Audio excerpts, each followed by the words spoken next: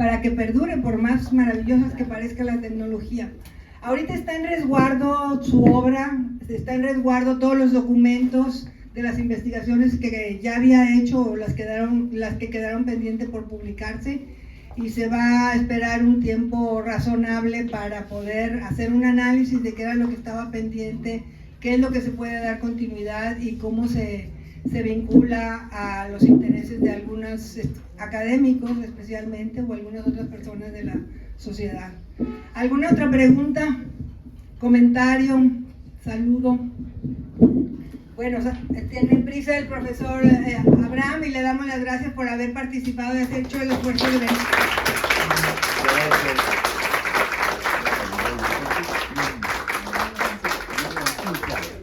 Nos vemos entonces y gracias. ¿Sí?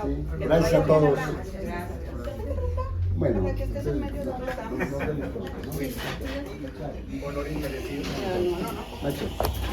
nos vemos.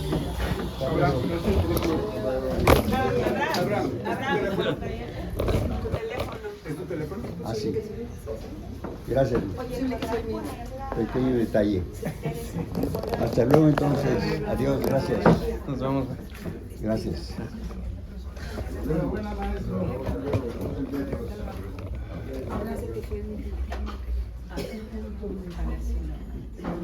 Si era el de él, igual se lo lleva y ese es el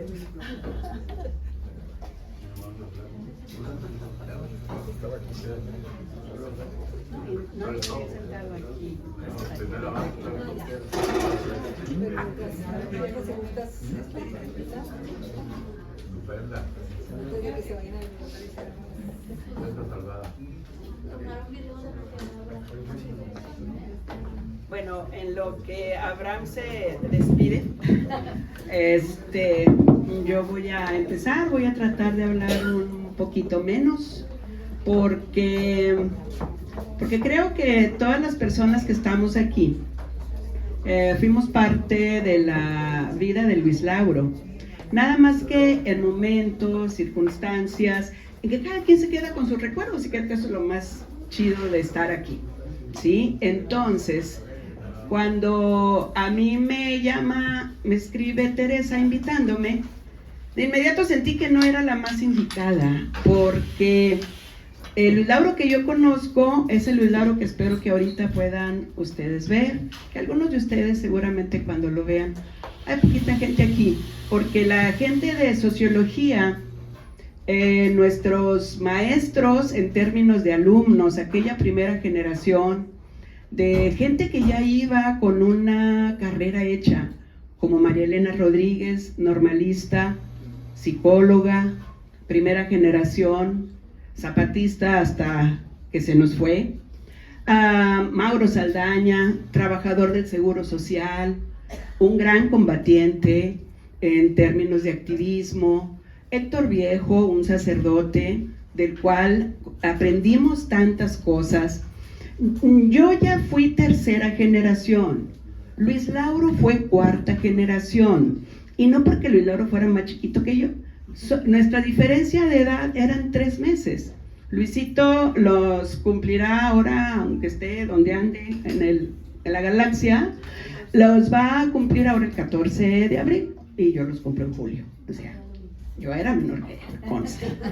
Entonces, Luis Lauro llega a sociología un semestre después que yo, por la razón de que él se metió a estudiar una ingeniería, algo que nomás no le gustó.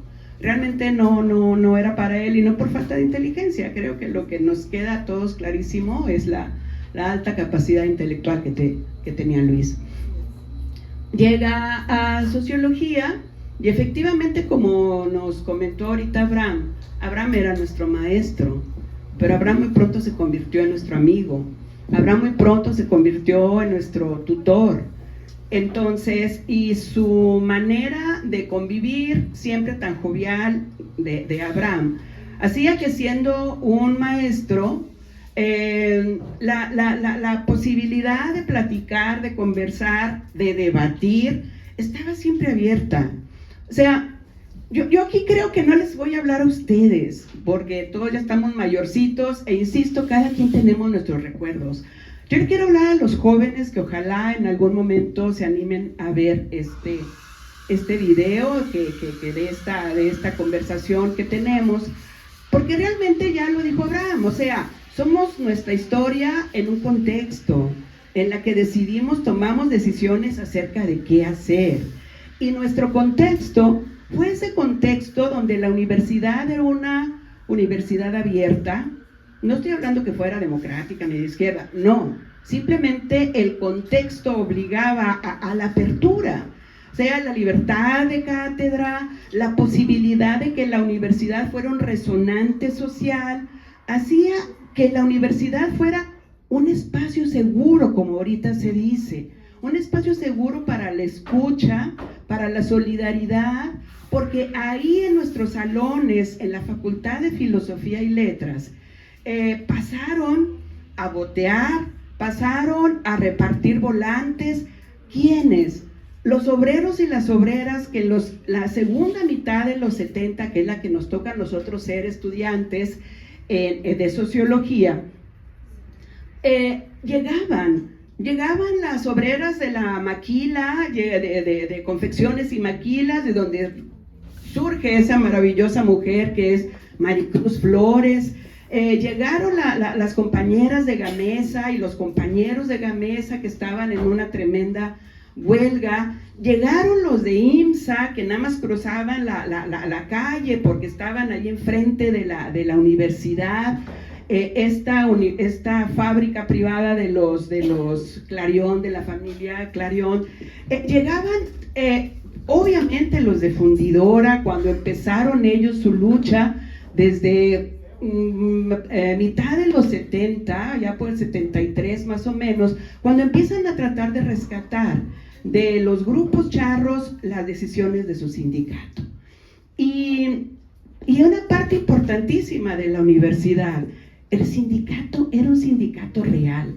Nosotros, de estudiantes, nos íbamos, ahí está Daniel, no me va a dejar mentir, nos íbamos al aula magna, donde estaban las asambleas previas al 5 de febrero, donde se decidía el nuevo contrato colectivo, y de veras eran unas lecciones para nosotros de ver el nivel de debate horizontal entre docentes, no docentes, enfermeras, técnicos. O sea, esta verticalidad que todo lo que hace es desunirnos, incomprendernos, porque pues si yo soy doctora y tengo SNI, pues ni siquiera me acuerdo, ¿verdad?, del nombre de la secretaria, salvo para que me haga un favor.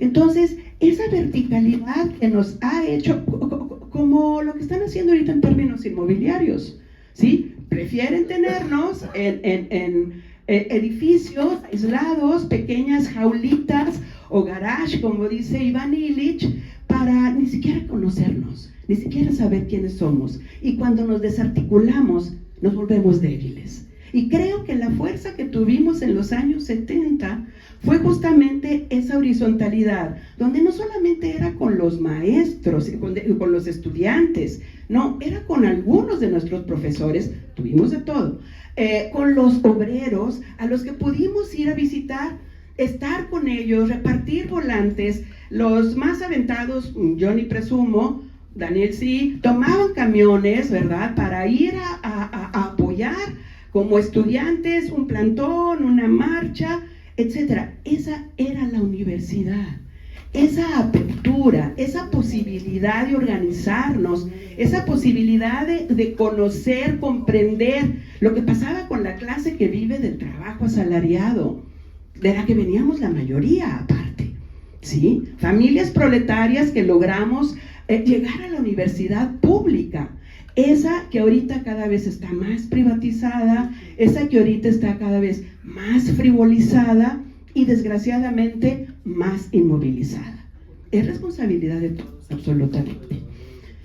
Quiero cerrar esto. Miren, lo que les iba a mostrar creo que no se pudo. Me traje una foto y esta es una foto que saco de un libro que ustedes no tienen, porque es un libro que se distribuyó muy poquito, ¿sí? Este libro reúne el primer Congreso Nacional de Talleres de Investigación. Esto se lo debemos a María Elena, se lo debemos a Mauro, pero también este es el Luis Lauro que conoció a Abraham. O sea, aquí vemos a nuestro amigo ya con las canas que todos y todas traemos, pero el Luis Lauro que anduvo tal como lo describe Abraham, es ese muchachito que está ahí, que de a los 20 años, 22 años, cuando máximo. Ese Congreso Nacional de Talleres de Investigación, el primero organizado aquí en Monterrey, fue gracias a que ese grupo en los que participaba Abraham como maestro, aventando y diciendo, sí, ustedes échenles ganas, con los compañeros que tenían contactos en la Ciudad de México. Ahí viene Samuel Schmidt, que se convirtió en un gran amigo también de Luis Lauro, que participó muchas veces escribiendo en las publicaciones que editaron. Hasta ahí otro compañero que también venía de esta idea de que los estudiantes teníamos que meternos a la clase obrera, y él, José Manuel, alias el Vázquez, él venía de la Ciudad de México, estábamos en la misma organización política y Vázquez era electricista. Él se metió a trabajar al ESME y fue también un gran compañero que tristemente también ya falleció. O sea, meternos a la investigación para nosotros como estudiantes de sociología era absolutamente lo congruente. O sea, si estamos con teorías sobre el capital, sobre la historia de la clase obrera, sobre América Latina, decíamos, ¿y qué estamos haciendo nosotros aparte de leer libros? De la mano de compañeras como María Elena Rodríguez, nos vinculamos a esos trabajadores de la fundidora, la Bota, la More, el Varo, todos estos compañeros con los que les ayudamos a lo que podíamos, pero principalmente tratábamos de aprender. Entonces, estas luchas que se dan, en la que Luis Lauro logra hacer un resumen, un producto maravilloso, como es este libro de Cristal Cortado. Luis Lauro era un magnífico entrevistador, y logró hacer un trabajo maravilloso de un obrero que procedía de Parras, Coahuila, que se viene a trabajar a cristalería y que las condiciones infames de trabajo hicieron que un día los obreros se salieran. No fue huelga, fue un paro. Nunca logró cerrarse la fábrica. Fue un paro que fue sostenido con la alegría de estudiantes que llegaban a cantar. Algunos de nosotros fue la primera vez que hablamos al frente de público y recuerdo cómo temblábamos. O era hacer la fiesta porque ahí viene la Navidad y están sin salario, están sin nada. Hay que hacerle algo para que las familias de los trabajadores de Crisa no sufran en esos momentos.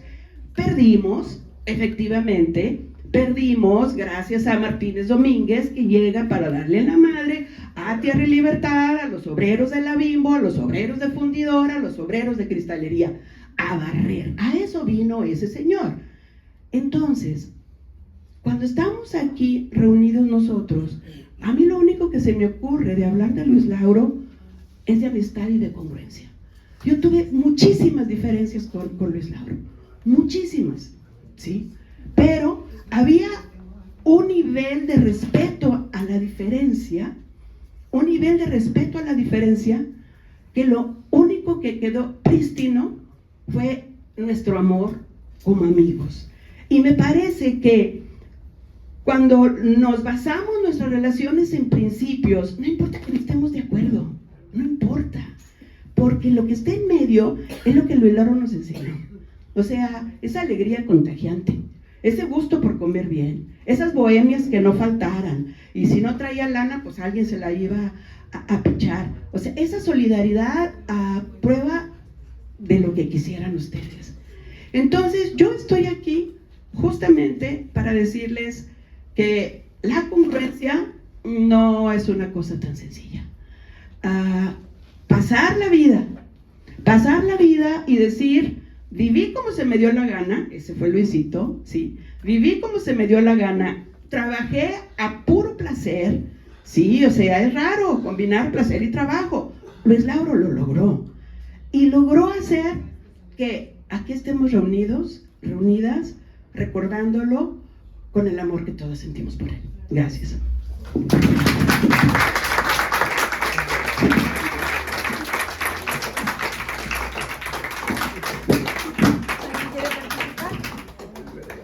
¿Le llevo el micrófono a alguno de ustedes?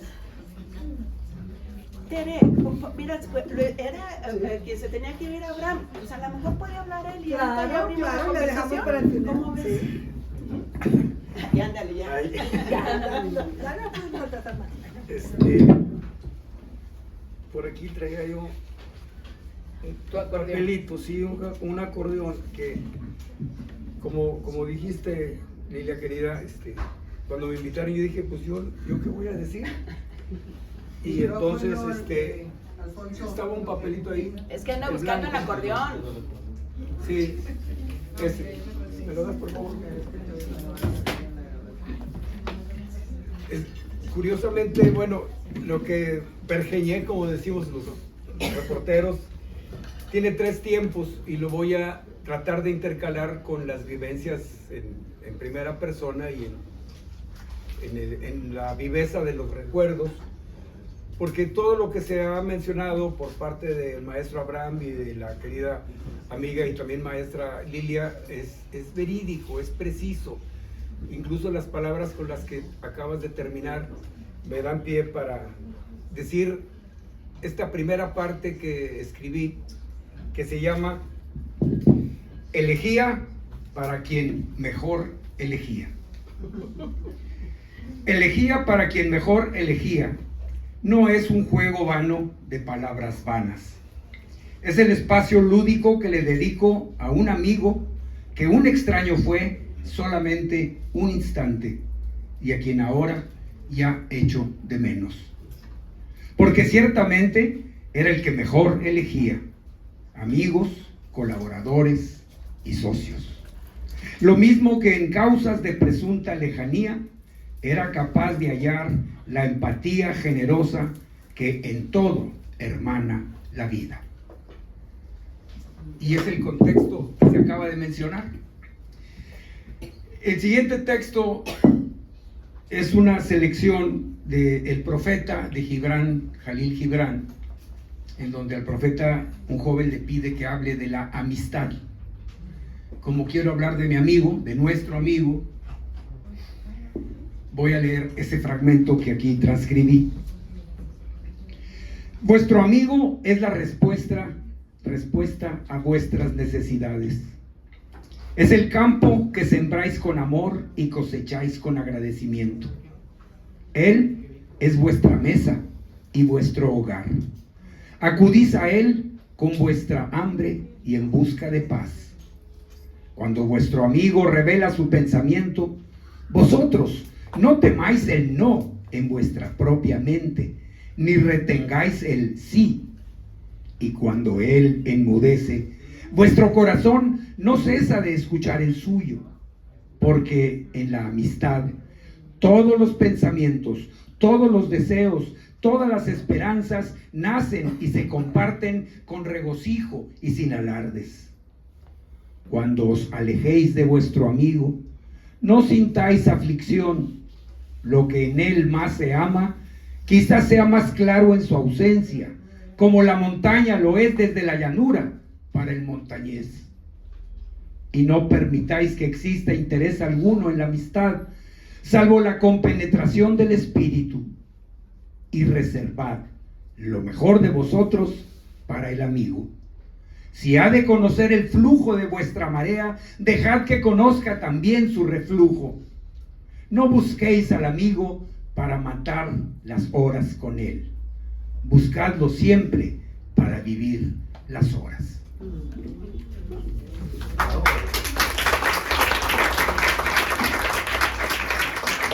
Cuando regresé a Monterrey en el 2003, después de 25 años de trabajar en el periodismo en la Ciudad de México, lo hice impulsado en parte por razones familiares, pero también porque un proyecto que tenía yo en San Miguel de Allende había fracasado y en ese momento regresar a la jungla del Distrito Federal, de la capital de la República en aquel tiempo, bajo esas siglas, había caído ya bajo las pesadas botas del foxismo. Y habiendo conocido, como me tocó conocer, el periodismo oficialista de 24 horas, yo pensé que no había nada para mí en ese nido de ratas. Entonces opté por los bienes tradicionales y regresé a mi familia en Monterrey, pensando que sería fácil para un conquistador de la República triunfar en la República Chica Regiomontana. Ya había yo venido por 24 horas y por 60 minutos a explorar estas tierras agrestes, pero nada me había preparado para lo que iba a encontrar. Con decirles que el primer tope me lo di con el Fórum Universal de las Culturas, de donde fui director de medios, y me tocó ver el pleito de Gastón Melo con su primer director de medios, que fue Miguel Ángel Sánchez de Armas, y luego hablar con Jorge García Murillo para replantear las metas de comunicación social y que me fueran bateando uno tras otro los proyectos, porque el gran proyecto del Fórum tenía una validez universal que se difuminaba en una nada multimillonaria, como todos ustedes lo pudieron atestiguar mejor. El punto es que un día por ahí del 2003, principios del 2004, recibo una llamada y era Luis Lauro Garza, a quien yo no tenía el gusto de conocer, invitándome a participar en una rueda de prensa para la revista La Quincena en torno a un tema que siempre me gustó y que más o menos domino, que es la música de rock. Esa rueda de prensa provocó que nos quedáramos platicando hasta muy altas horas en el Mesón del Gallo que había en la colonia, en la colonia Miravalle, y ustedes saben dónde está. Duró muy poco, pero el intercambio de opiniones muy rápido se prestó para este tipo de intercambio de valores sobre la investigación, la comunicación más en profundidad, el contexto que le queremos dar a la noticia, algo que yo ya había tratado de rehuir en la Ciudad de México, en donde lo que reinaba era el boletín, la información oficial y esa complacencia para el jefe que yo vi encarnado en Jacobo Zabludovsky y todos los lamebotas que le rodeaban. Yo lo vi, era impresionante. Lo que importaba no era ni el valor de la noticia, ni el impacto o el alcance de la información. Lo que importaba era que Jacobo estuviera satisfecho con la nota. Era algo muy semejante al Rey Sol. La noticia soy yo. Por eso, en cuanto tuve oportunidad, yo me fui 10 años a 60 minutos y ahí pude explorar algunas posibilidades del periodismo de investigación. Pero ahí apareció el señor del OVNI, mi querido amigo Maussan, que francamente redujo el programa de investigación a temas de delfines y ovnis. No me quedó otra más que buscar otra salida y así fue como empecé el proyecto de San Miguel, una panadería, que por cierto se iba a llamar La Buena Vida. Un proyecto que duró 10 años hasta que estrepitosamente fracasó. Y fue cuando llego para acá y de repente me encuentro a este caballero que me comparte sus inquietudes, con el resultado directo e inmediato que empecé a trabajar en La Quincena. Y así durante varios lustros, por lo menos 3, estuvimos trabajando codo con codo y mente con mente en cada número. Y así puedo decirles que me sorprendió encontrar a alguien con esa vitalidad del editor, incansable, con ese olfato para la información que apenas los verdaderos periodistas tienen, y ese sentimiento por las causas populares, por las causas sociales a veces despreciadas por la gran prensa, que hacían brillar el trabajo en la prensa. Esos 3 valores yo venía de casi haberlos olvidado, lo confieso. Por algo quería yo dedicarme a hacer donas, conchas y pizzas, porque el periodismo yo ya lo veía en decadencia. La información oficial, el triunfo en el periodismo, el ser famoso en la televisión era haber vendido el alma al diablo, nada menos. Lo vi. Me asignaron a cubrir Presidencia de la República. Duré 15 días en la plaza. Había una iguala de 15,000 pesos para los reporteros. Nunca la pude cobrar. Pero aquí encontré ese quehacer periodístico que me revitalizó el gusto de ver la nota publicada, de ver el encabezado bien pensado y que desde ahí nos atrapaba para profundizar en la información. Hasta que, bueno, llegó el momento de que los medios empezaron a cambiar, apareció 15 Diario en forma digital, y luego llegó ya la Quincena y luego la Q. Poco a poco yo me fui separando de esta forma de trabajar porque la verdad yo ya no deseaba estar en los medios como protagonista, como el protagónico que tiene toda la sabiduría y toda la sartén por el mango para decir esto es lo que hay y esto es lo que ustedes deben recibir. Fue como me empecé a dedicar a la comunicación en términos más puros. Por eso empecé a hacer teatro, porque ahí el lenguaje es el que reina, y cuando el autor del texto es un gran dramaturgo, ese texto se convierte en una liturgia, y eso es lo que me permitió salir adelante. Por cierto, ahí atrás está Javier Araiza, a quien le debo la inspiración de haberme sugerido hacer Marx en el Soho, por ejemplo, que fue toda una aventura de 11 meses para llegar a llenarle los zapatos, por lo menos teatralmente, al genial Herr Doctor.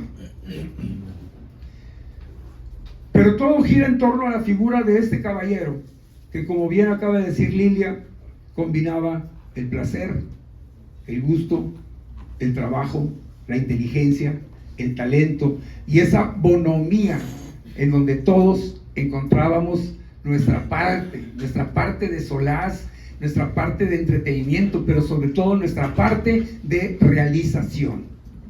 Y por eso hay una tercera parte que también preparé para esta ocasión, es con lo que termino. Con alguna frecuencia se escucha una frase que dice: somos como enanos apoyados sobre los hombros de gigantes, para destacar la idea de que nuestros logros son posibles gracias al trabajo y descubrimientos de aquellos que vivieron antes que nosotros.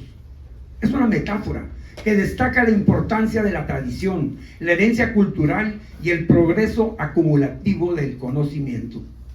La frase se hizo famosa en el siglo XVII a partir de una carta que Isaac Newton escribió a un colega y le dijo: si he visto más lejos es porque estoy de pie sobre hombros de gigantes, para reconocer Newton que su trabajo se basaba en el de científicos anteriores como Galileo y Kepler.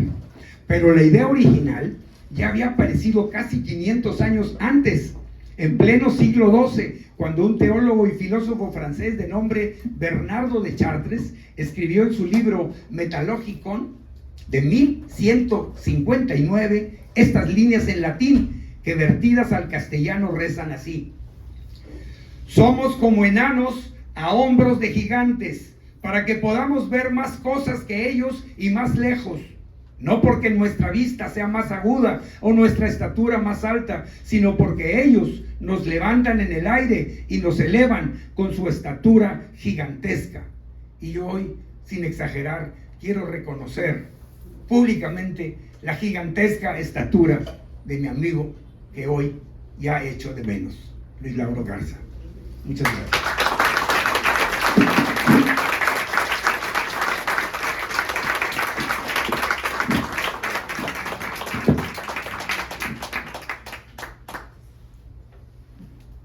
Si les paso el micrófono a alguno de ustedes, o lo tomo yo por un minuto. Yo no tuve la fortuna de conocerlo tantos años como lo conoció Abraham o como lo conociste tú.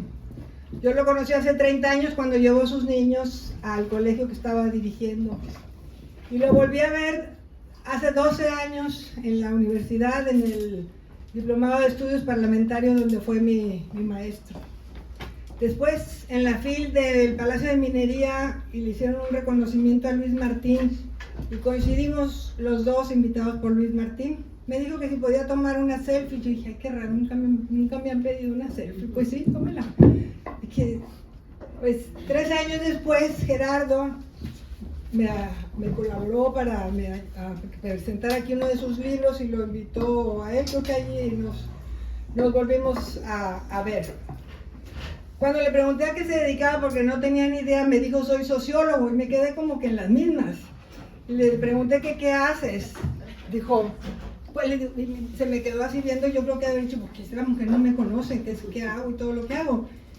Y le pregunto, pero ¿cuál es tu misión? A mí no me gustan esos términos de misión. Y dio por terminada así la reunión, se paró y se retiró. Dije, ay, esta persona está así como que un poco extraño.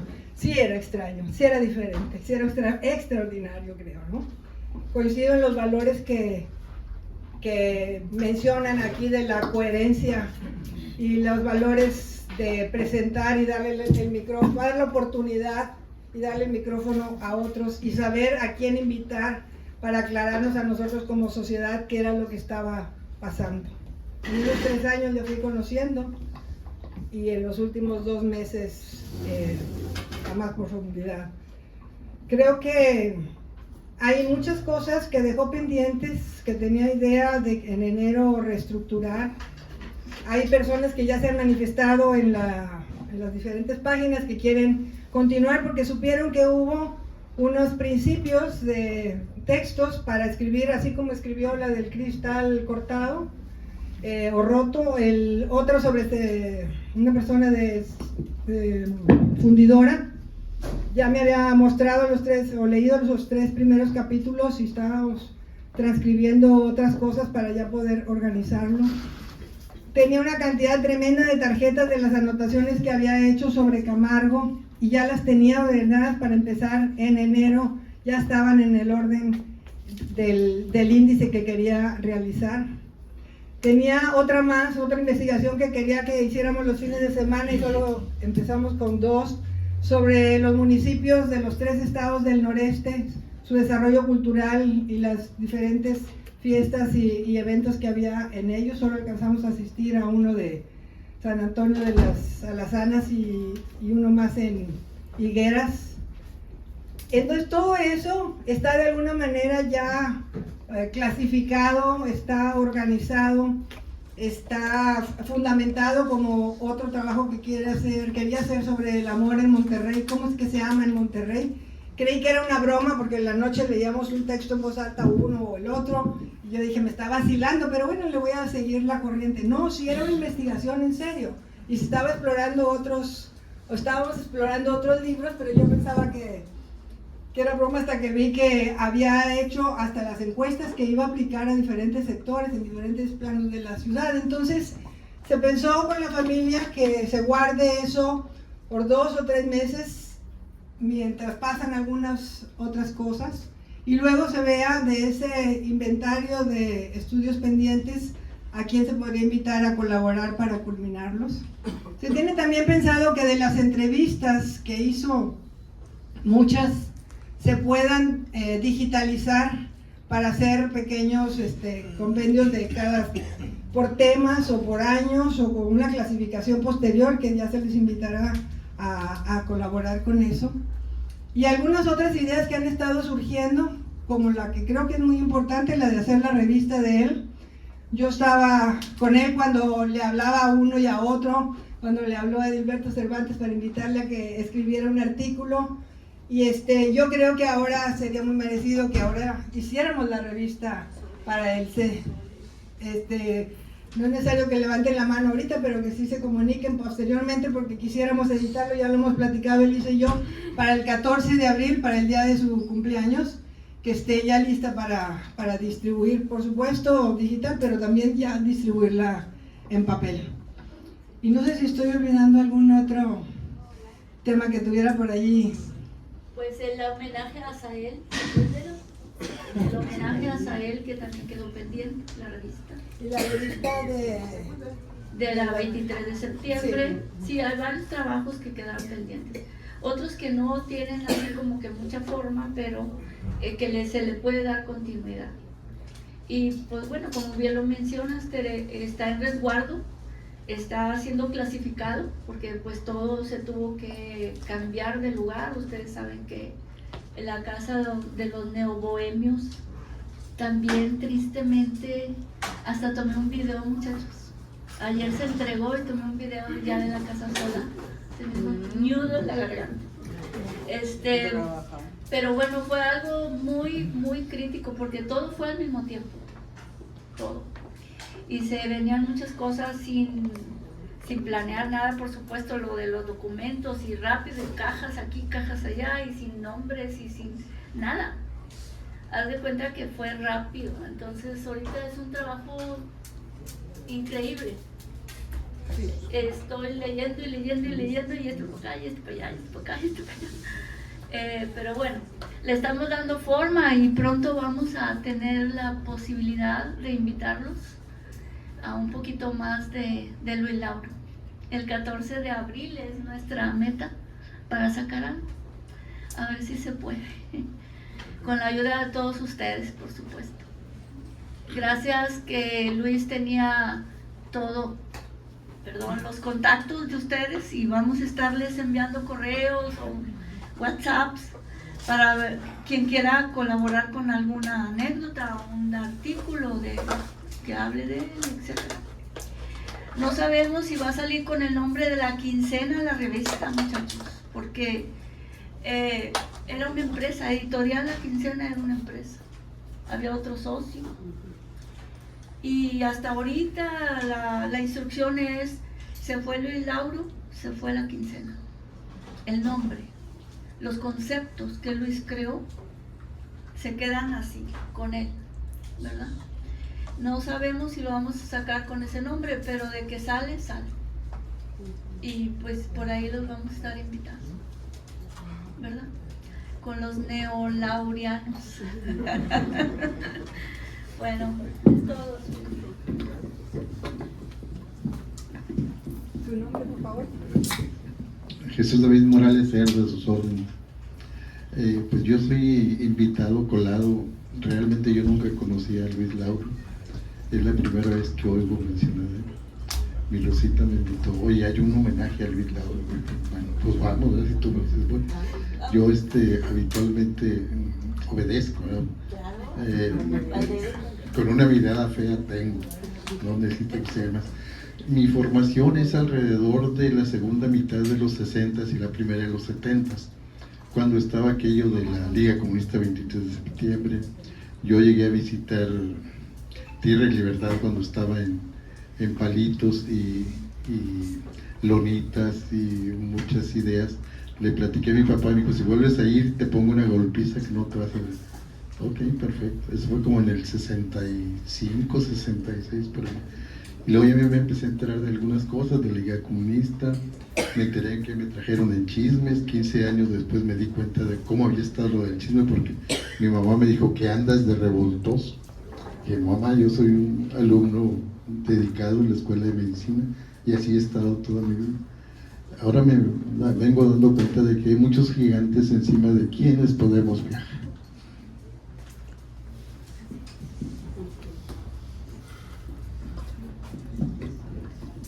El Luis Lauro que yo conocí brincaba como niño, amaba como adolescente, como decía Ángel, vivía como joven, hacía lo que quería cuando quería, ¿no? Y opinaba como adulto investigador, responsable, comprometido.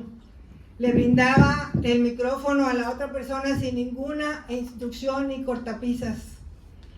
Cuando quise saber más de él, empecé a ver los videos, dejé todas las otras series, Netflix y lo que se quiera llamar, para ver los videos de Luis Lauro uno tras otro. Creo que ahí hay mucho material para recuperar, porque así como pasamos del beta al VHS y al DVD, todo eso se puede perder si no hacemos una recapitulación. Y ya estamos planeando en algunas de ellas, sobre todo las entrevistas. Yo no sé si en la universidad se hizo un recaudo de las 10 entrevistas, no creo, ¿verdad? pero allí habla precisamente de esa comunión que había o esa interconexión que había en la facultad de sociología con la de filosofía, con la de historia. Y no sé, ¿Psicología? sí, ¿Verdad, Daniel? la maestra Alicia, enseguida, perdón, enseguida le paso el micrófono. Sí. Daniel, Si gusta pasar, maestra. Daniel, psicología, ¿no? Claro. Bueno, yo no voy a hablar del Lilauro, pero te voy a decir un detalle. Y acá Elisa sabe, ¿no? Sí. Las entrevistas sí las tenemos. Porque el Colegio de Sociología, en el que yo alguna vez fui coordinadora, pero ahora soy maestra, y también fui maestra junto con Luis Lauro por mucho tiempo, está festejando su 50 aniversario. Entonces, una de las variables de esa ocurrencia que tuvo Luis Lauro, yo se la solicité. ¿Ves? Entonces, sí tenemos eso. No me puedo comprometer, Elisa, pero sí lo voy a buscar, que esta revista que se quiere hacer sobre la vida de Luis Lauro sea necesaria y ojalá la acepte el director de mi facultad. ¿Ves? No puedo decirte ahorita sí, porque no tengo yo poder de decisión. Sí tengo poder de decisión política, pero no económica. Que en una revista es fundamental, ¿no? Sí. Luego, hay otro detalle también que sería interesante. Muchos de los trabajos que Luis Lauro hizo a partir de Coloquio tuvieron que ver con el movimiento feminista de Nuevo León, ¿sí? Porque las mujeres en Nuevo León, para ir a Pekín, por ejemplo en los 90s, nos apoyamos mucho ya en el trabajo que tenía Luis Lauro, de cómo se manejaba, a quienes consultaba, con quién iba. Entonces, muchos de los trabajos que aparecen ahí en Coloquio y en las primeras revistas de la quincena tienen que ver con apoyo y financiamiento que conseguimos nosotras, ¿sí? Para que Luis pudiera avanzar en ese trabajo. Después él con el tiempo la pudo hacer, como están diciendo ahora, una compañía editorial, pero en un principio realmente era cooperación de los intelectuales de Nuevo León, ¿sí?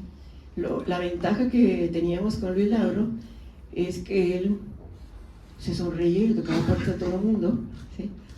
Yo no conocía a Luis Lauro, que manejaba, por ejemplo, ahorita Lilia, porque yo estaba en la Facultad de Economía, no estaba en la Facultad de Filosofía y Letras. Sin embargo, lo conozco como maestro en filosofía. Y ahorita que tú dices esto, si hay varias cosas y varias opiniones que Luis Lauro, con que abriéramos la boca, él tenía el proyecto. ¿Sí? Eso era lo que yo reconozco como una ventaja enorme. La otra ventaja que reconozco es que si no conseguía el proyecto, era tan terco que te hacía que lo buscaras.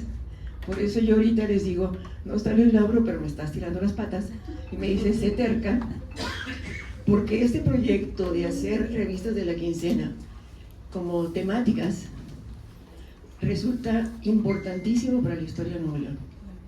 Destacar personajes y que otras personas hablemos de la vida de ellos no es muy fácil de conseguir en ninguna parte de México, ¿sí? Entonces, cuando nosotros llevábamos la revista La Quincena y aparecía, bueno, X personaje, ahorita me emociono un poco, pero realmente tiene como unas 20 o 30 revistas en La Quincena dedicadas a personajes importantes de la cultura en Nuevo León. Bueno, eso es un legado que podemos discutir muchísimo, porque no existe otra forma en otra revista que los haga así. Ahora se hacen libros de historias de vida, cosas así, no, pero aquí tiene que ver que otros hablen del personaje. Eso es una de las cualidades que tiene esa revista, ¿sí? Y entonces, pues yo me comprometo a hacer las agencias para que en abril tengamos la revista, porque también en físico resulta muy importante.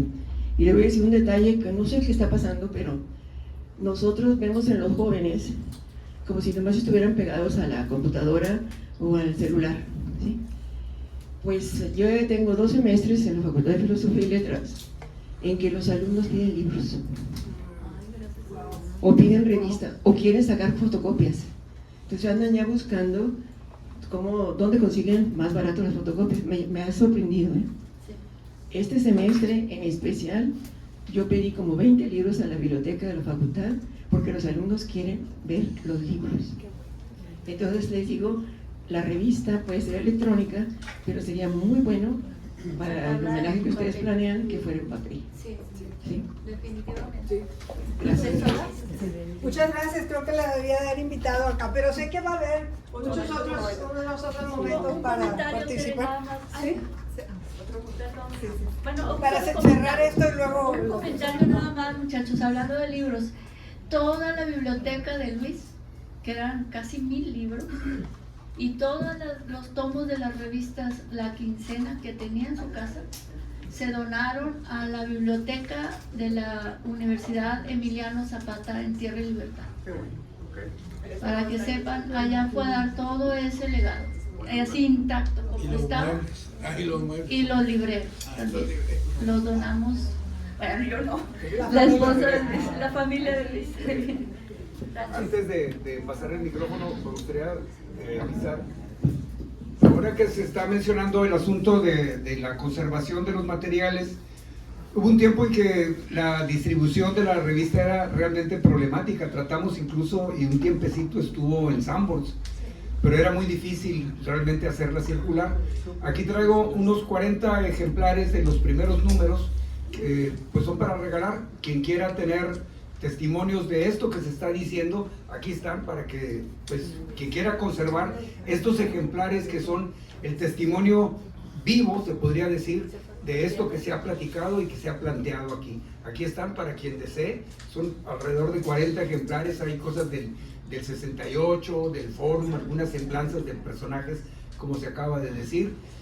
Curiosamente, creo que el último número, el 237, fue el que se le dedicó a Mauricio Fernández, que fue un número verdaderamente extraordinario por la pluralidad, la diversidad y lo bien acabado de ese número. Pero era la tónica que se manejaba en estas semblanzas. Hay uno de Claudio Tapia, está el del maestro Ramos Lozano, que seguramente la maestra Lidia se tiene por ahí atesorado. Pero aquí están para ustedes, quien quiera, aquí los podemos repartir Y enseguida. estos no son digitales, digo, no hay archivos digitales. No son reales. Puros. Son los Se los lleven originales. y dice para que sus chavos los digitalicen. Sí. Pues sí, fue su esposa la que tomó la decisión de que se brindara toda la biblioteca Emiliano Zapata, que se donara todo eso.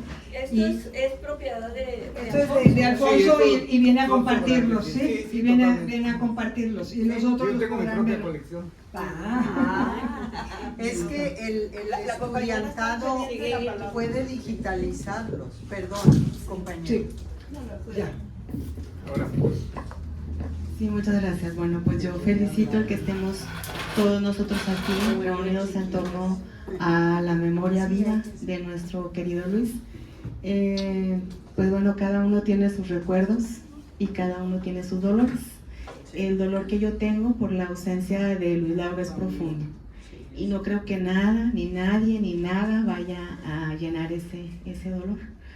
Porque Luis fue un entrañable amigo.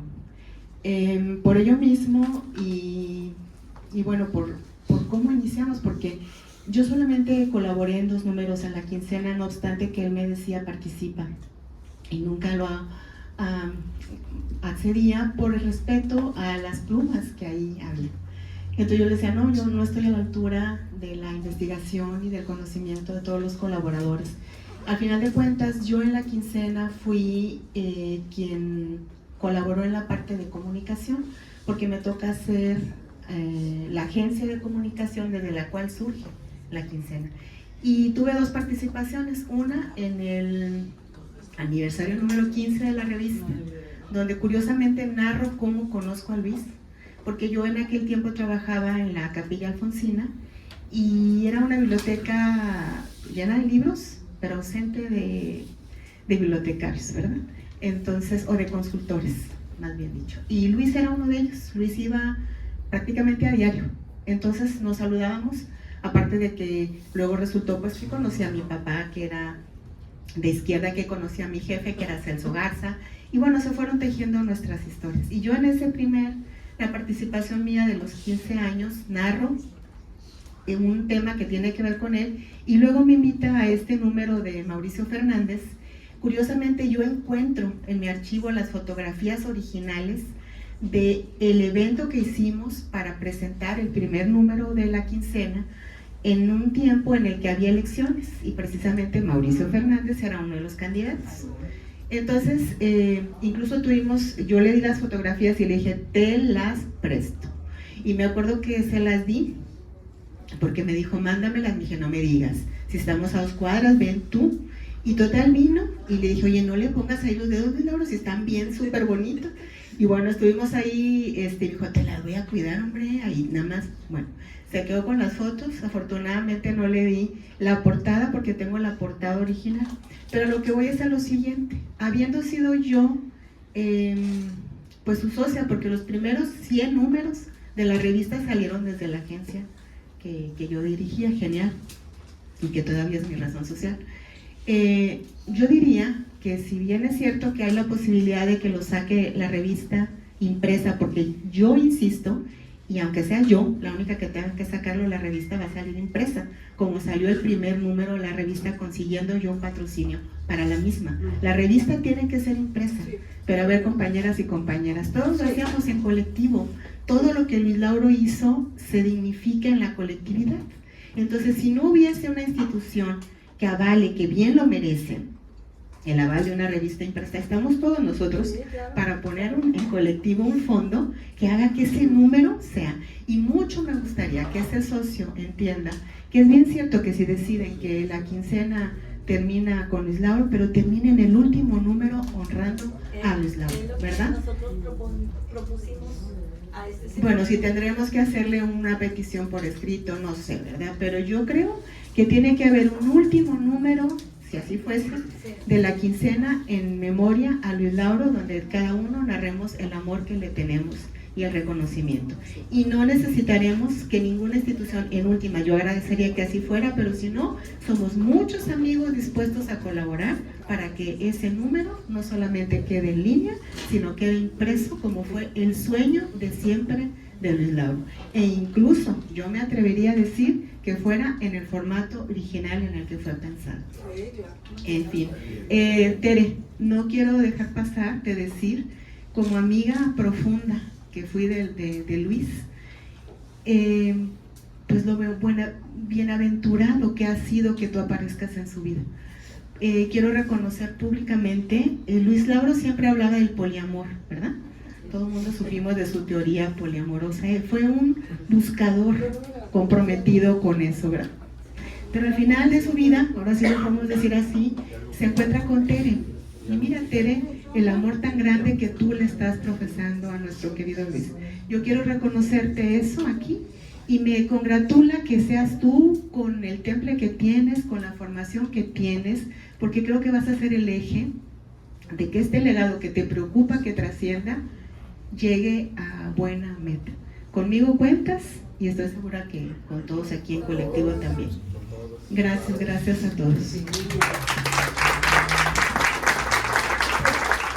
Le vi interactuar estos 2 últimos, digamos que octubre, noviembre, diciembre, con muchos de ustedes, y vi ese cariño, esa lealtad que había de unos para con otros, esa congruencia entre su conducir.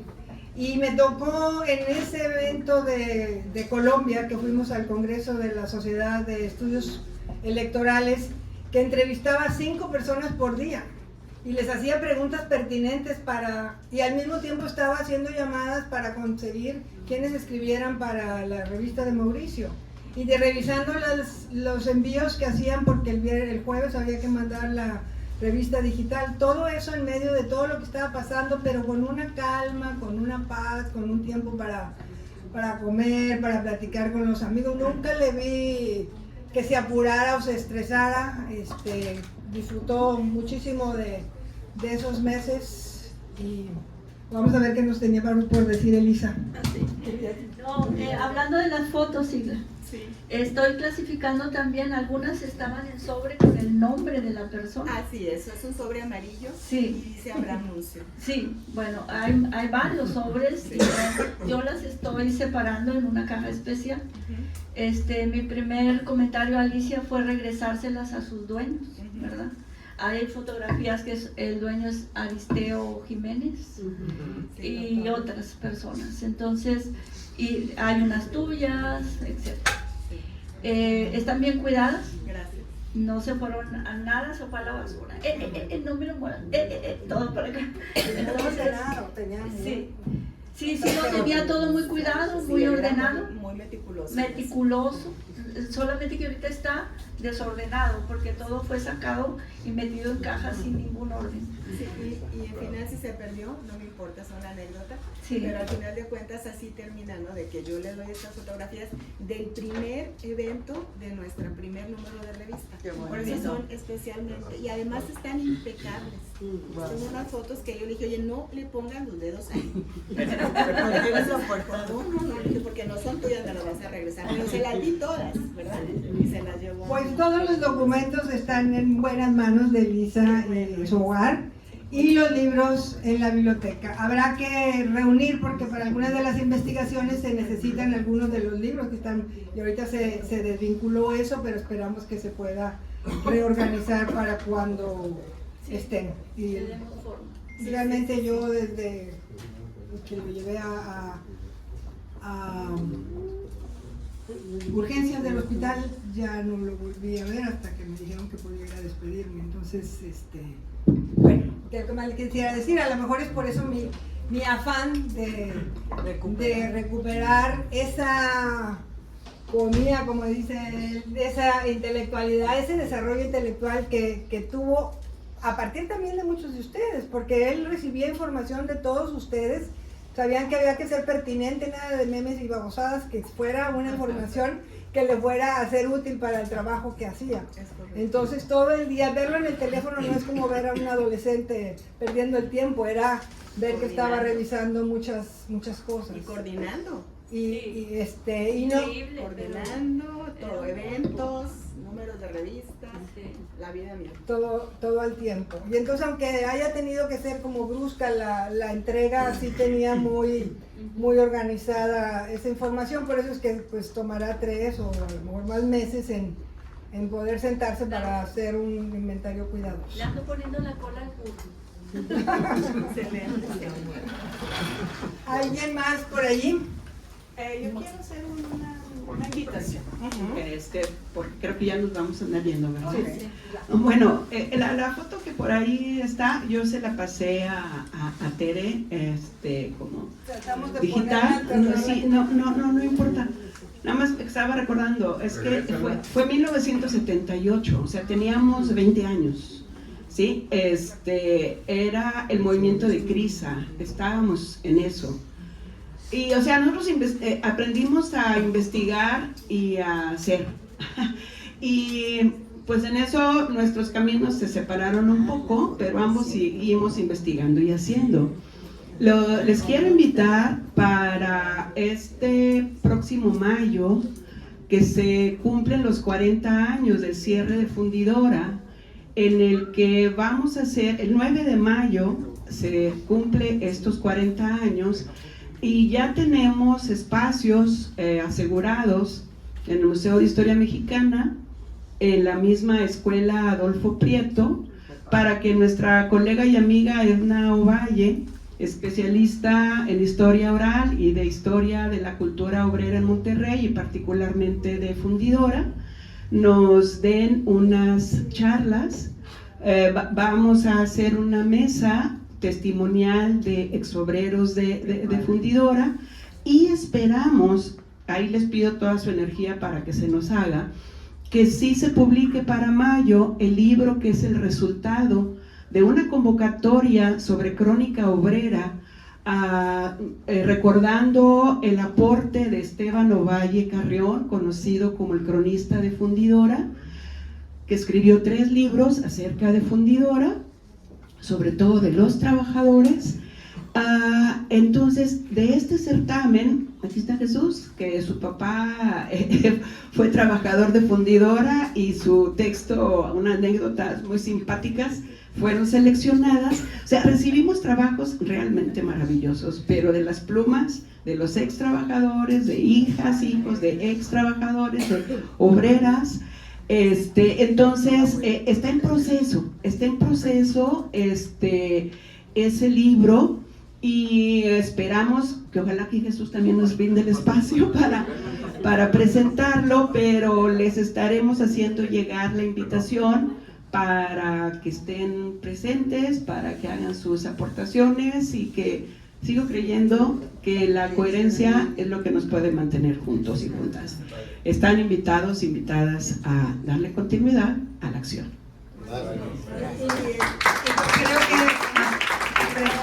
que el primer número de la revista se presenta en el Museo de Historia Mexicana como un dato interesante. y a lo mejor había que apresurar un poco más el libro que dejó en el computador, el de Manuel Carranza, ¿no? Sí. Entonces ese creo que podría ser el primer proyecto. Pues él decía que se puede, si se quiere. Es el año de los 40, lo podemos hacer. Pues agradecemos su presencia y continuamos con él y con ustedes.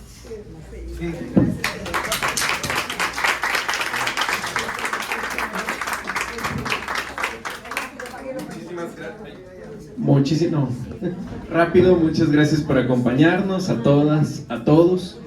Muchas gracias a nuestros ponentes, al maestro Abraham Nuncio, la maestra Lidia Palacios, Alfonso Teja, bienvenido al espacio y muchas gracias por acompañarnos.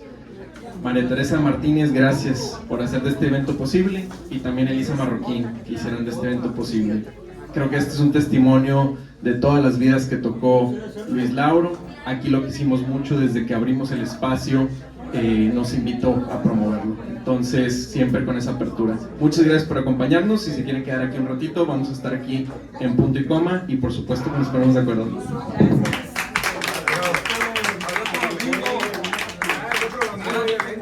Tenemos un evento el próximo domingo con... A ver. El próximo domingo 15 de febrero